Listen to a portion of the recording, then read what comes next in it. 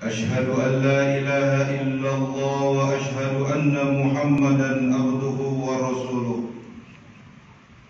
أرسله بالحق بشيرا ونذيرا بين يدي الساعة من يطع الله ورسوله فقد رشدا ومن يعصهما فإنه لا يضر إلا نفسه ولا يضر الله شيئا.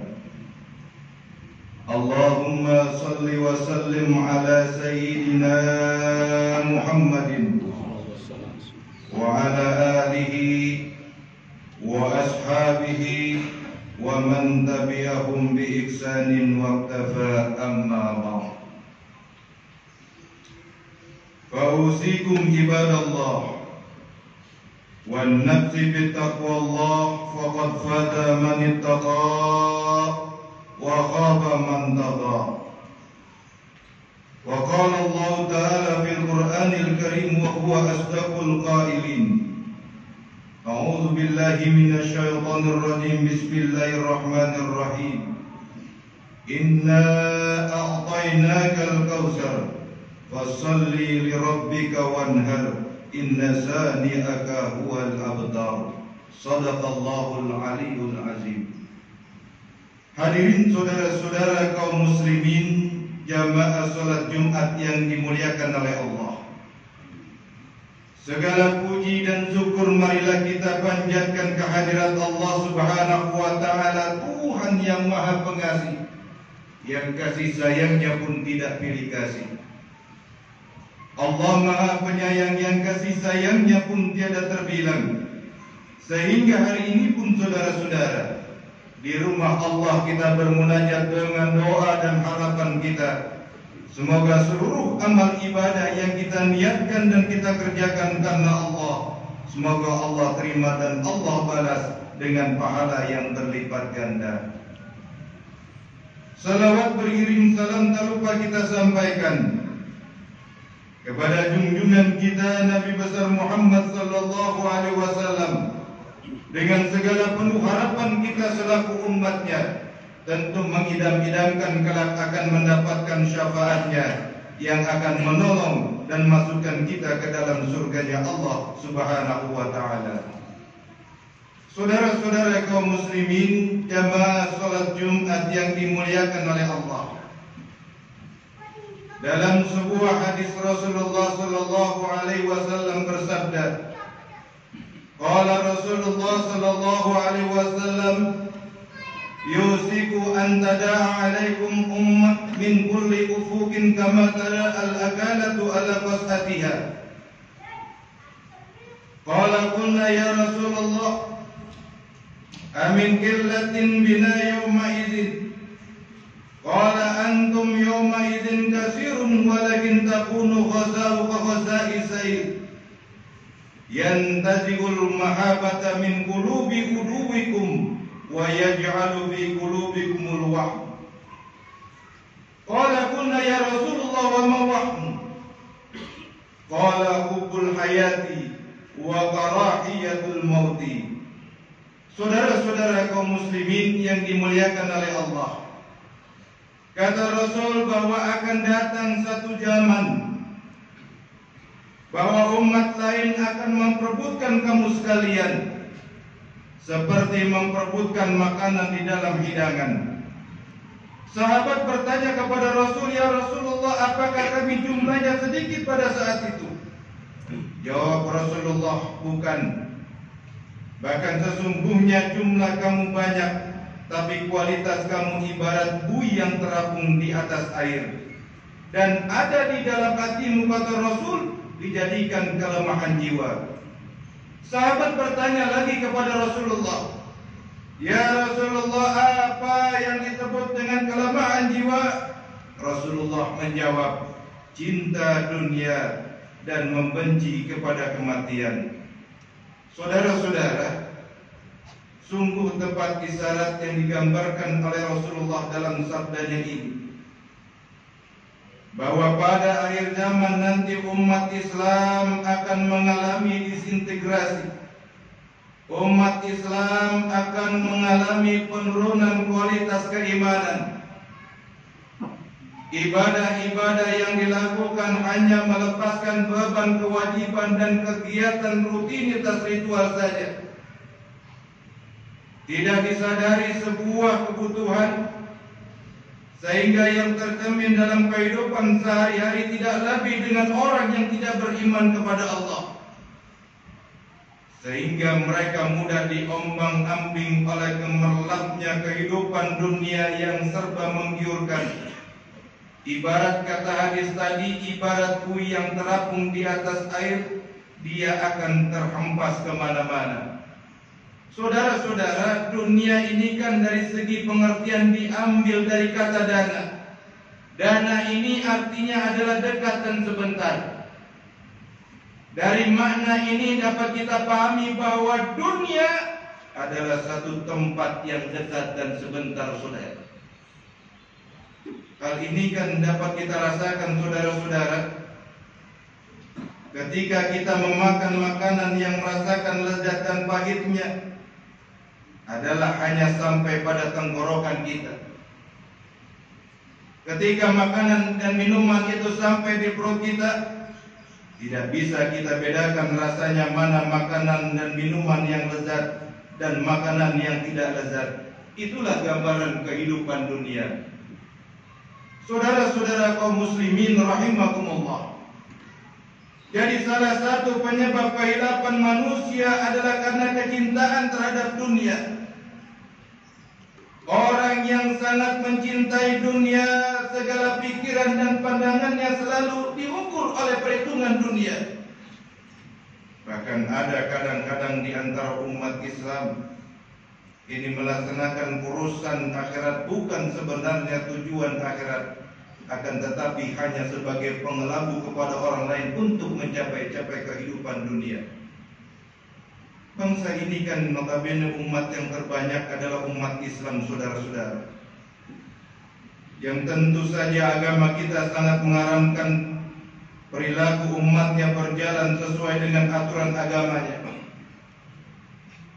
Tetapi sebuah pertanyaan, mengapa persoalan bangsa kita belum terselesaikan atau paling tidak ada titik terang menuju satu perubahan perilaku? Bahkan tampaknya masih memprihatinkan perilaku sebagai masyarakat kita, baik masyarakat pemegang kekuasaan yang sangat kita harapkan bisa menegakkan aturan, tapi justru seakan mengambil satu prinsip mumpung, saudara. Inilah budaya yang menggerogoti kehidupan bangsa kita. Mumpung ada kesempatan katanya, kapan lagi dimanfaatkan kedudukan kalau bukan sekarang? Padahal kan jabatan sebenarnya hanya sebuah amanah dan titipan Allah, bukan sebuah tujuan yang nanti di akhirat kelak, saudara-saudara, akan dipertanyakan oleh Allah. Kullukum ra'in wa kullukum mas'ulun an ra'iyatihi. Saudara-saudara kaum muslimin yang dimuliakan oleh Allah. Jadi betapa banyak manusia yang hanya memburu dunia. Setiap saat tidak mengenal waktu siang dan malam, bahkan panas dan dingin. Bahkan dia terbawa dalam mimpi. Padahal apa yang diburunya belum tentu menjamin dirinya untuk mendapatkan kebahagiaan dan ketenangan dalam kehidupan. Karena betapa banyak orang yang mempunyai harta yang melimpah, punya segala macam fasilitas dunia, punya mobil mewah, rumah megah, apa saja yang dia mau makan semua bisa dibeli. Tapi justru kehidupannya tidak tenang, saudara. Bahkan dia tidak bisa dinikmati. Mobil mewah ada, tapi dia tidak bisa dipakai karena punya penyakit, sehingga dia tidak bisa naik kendaraan. Begitu pula makanan apa saja yang diinginkan, tetapi itu semua tidak bisa dimakan kecuali hanya sesendok nasi yang tidak berlauk. Saudara-saudara kaum muslimin yang dimuliakan oleh Allah, agama Islam bukan berarti melarang kita untuk mencari dunia. Agama kita tetap memberikan peluang seluas-luasnya bagi umat manusia untuk mendapatkan sebanyak-banyaknya dunia. Agama tidak melarang untuk kaya, saudara. Akan tetapi cara mendapatkannya bahkan memanfaatkannya sesuai dengan ajaran agama Islam tidak menjadi segala-galanya. Demikian pula jangan meninggalkan dunia karena hanya terfokus kepada ibadah kepada Allah. Karena dunia, saudara-saudara, adalah sarana untuk mendapatkan kehidupan akhirat yang lebih baik.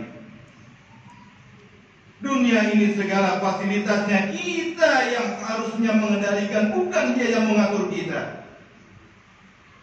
Harta yang kita miliki, janganlah ia mengatur dan memperbudak kita. Karena kita memiliki mobil kita yang bagus, bahkan motor kita yang bagus, setiap hari kita lap dan kita cuci. Sementara diri kita, hati kita tidak pernah kita bersihkan melalui dengan zikir dan ibadah kepada Allah. Jika umat Islam sudah menomorsatukan dunia di atas segala-galanya, enggan menyuarakan kebenaran dan melarang kemungkaran, maka Allah akan mencabut kebesaran Islam dari permukaan bumi dan Allah mencabut keberkahan wahyu, saudara. Ketika umat Islam sangat mencintai dunia, maka dengan sendirinya pasti muncullah sifat yang kedua diri kita, yaitu kita takut dengan kehidupan atau kita takut akan kematian kita. Pertanyaan yang muncul, mengapa kita harus takut mati? Padahal semua yang namanya makhluk pasti akan mati. Sekalipun kita bersembunyi di balik batu besar, bahkan benteng yang tertutup rapat. Ainama takunu yudrikumul mautu walau kuntum fi burujin musayyadah. Orang takut mati mungkin karena takut meninggalkan hartanya, atau mungkin belum ada persiapan dalam menghadapi kematian. Kematian, saudara-saudara, adalah sesuatu yang tiada seorang pun tahu kapan dia akan datang. Karena itulah kita seharusnya mempersiapkan diri kita untuk menghadapi kematian. Terkadang maut jauh kita rasa, padahal ia dekat dengan kita, saudara. Justru kerahasiaan kematian harus kita maknai bahwa maut bisa terjadi kapan saja dan di mana saja. Di samping itu, saudara-saudara, kita tidak pernah menjadikan setiap kematian saudara kita, tetangga kita, bahkan kerabat kita, bahkan orang tua kita sebagai pelajaran yang berharga bagi diri kita. Setiap kematian yang kita temui malah kita anggap sebagai sesuatu yang wajar dalam kehidupan. Hikmah kematian tidak pernah membuka kesadaran hati dan taubat kita kepada Allah. Bahkan kita menganggap bahwa kita akan panjang umur hingga tua bangka, sehingga kita menunda-nunda taubat kita kepada Allah Subhanahu wa Ta'ala. Dalam sebuah ayat Al-Quran surat Al-Imran ayat 185 Allah tegaskan, kullu nafsin dha'iqatul maut wa innama tuwaffawna ujurakum yawmal qiyamah faman zuhziha 'anil nari wa udkhilal jannata faqad faz wa mal hayatud dunya illa mata'ul ghurur. Kata Allah, setiap yang berjiwa akan merasakan kematian, dan pada hari kiamatlah akan disempurnakan pahalamu. Barang siapa yang dijauhkan dari neraka dan dimasukkan ke dalam surga, sungguh dia telah beruntung. Kehidupan dunia, kata Allah, adalah kesenangan yang memperdayakan. Bahkan dalam ayat lain pun Allah tegaskan, walikulli ummatin ajal fa idza jaa ajaluhum la yastakhiruna sa'atan wa la yastaqdimun. Kata Allah, setiap umat ini mempunyai batasan waktu. Maka apabila telah datang waktunya, dia tidak dapat memundurkannya barang sesaat pun, dan dia tidak dapat pula memajukan. Saudara-saudara kaum muslimin, jamaah salat Jumat yang dimuliakan oleh Allah, inilah khutbah Jumat singkat pada hari ini. Semoga ada manfaatnya bagi kita bersama. Barakallahu li wa lakum fil Qur'anil azim, wa nafa'ni wa iyyakum bima fihi minal ayati wa dzikril hakim, wa taqabbala minni wa minkum innahu huwas samiul basir.